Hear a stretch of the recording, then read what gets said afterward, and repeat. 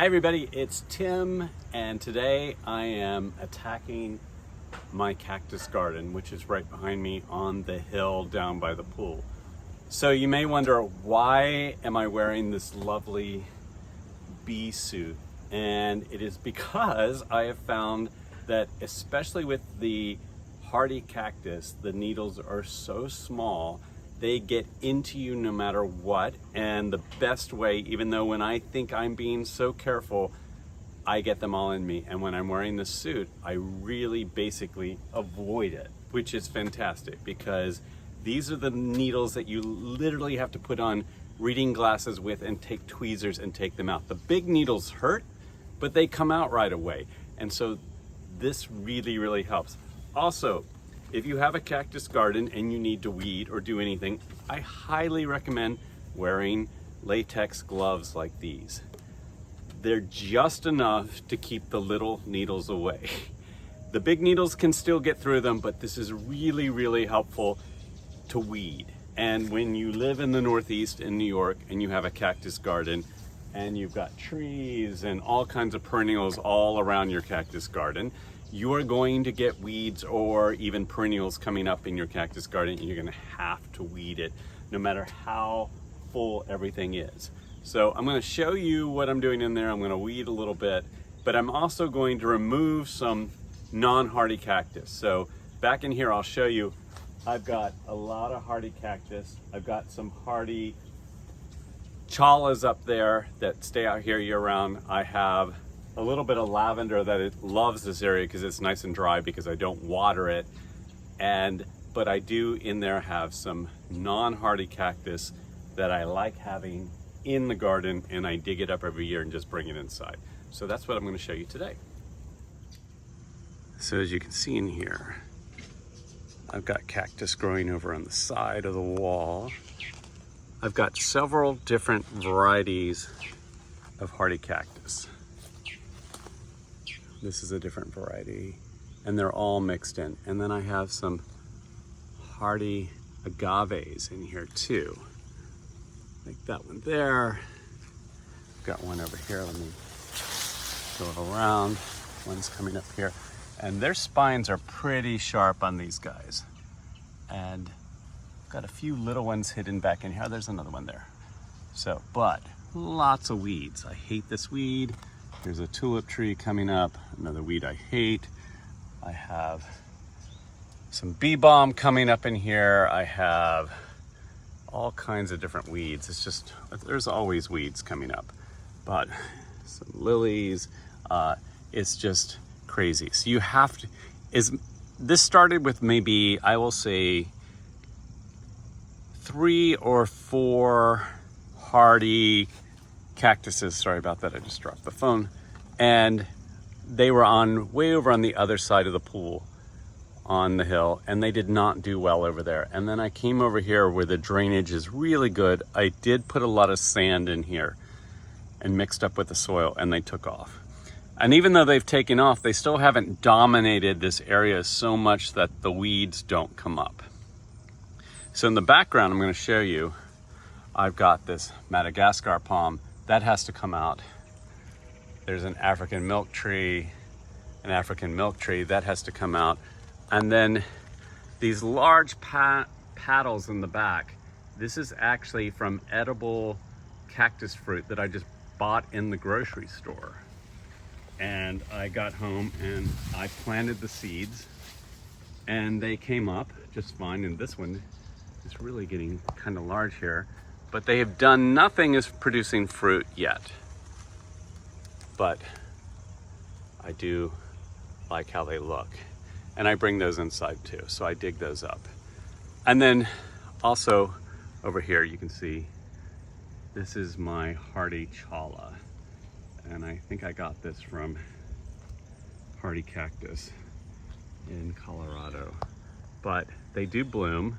They're really interesting. I don't like that they're leaning too much. They're really easy to chop off and get them to root again. So I'm probably gonna do some chopping this fall on that. And then another thing I'm going to do, this is a ornamental cherry. It's really, really old. It's really hollow. It's blocking light here in the afternoon. It's also blocking light in the pool. I'm going to take this out this winter. It's going to be gone. And that's also going to help in here and also provide an area for some more palm trees here. But I do love, this is the second bloom of this lavender.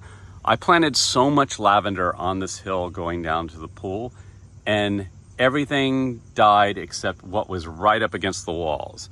So all along my walls, I have lavender that is doing really, really well. They just love, I think, the heat of the wall and the drainage of the wall. They do well, but my idea of having a hill of lavender here in the Northeast just didn't happen. So today, I'm putting on the gloves. I'm gonna do some weeding, and I'm gonna show you some of the non-hardy ones as I pull them out. So, got my shovel, got my gloves on. I'm going to attack the Madagascar palm first. So I just kind of move away from in here, and I'm already brushing up against this chala. And I'm gonna just try to get down in here, and hopefully it hasn't rooted too much over the summer. Just try to get that out.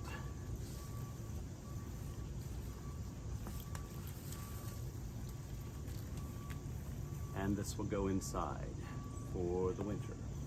And interesting, I think if you saw one of my other videos, sometimes this loses all its leaves in the winter, and sometimes it doesn't.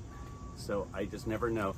And then actually, it looks like the crown is developing several different shoots rather than just one. I don't know what caused that. This is the first year that has happened. So there's definitely 1, 2, 3, it looks like 4 shoots coming off the top now.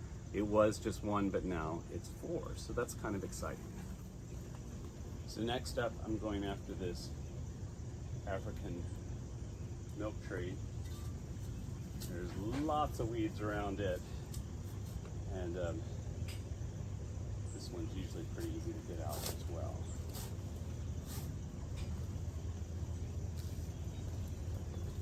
And the thing I like about these is they provide good height, and they look nice on the back of the garden here, or the back of the cactus garden. This is one of the edible prickly pears that I grew from seed. There's definitely some spines on that. And sometimes the roots of what you're feeling are not even the root of the cactus. It looks like that's going to separate. It's just the root of the weeds all the way around it. This is a new chala coming up here. It's a different variety, and it's definitely from cold hardy cactus in Colorado, because I actually still have a thing. Here's one more.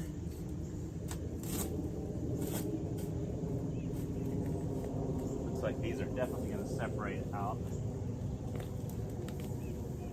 So there's 1,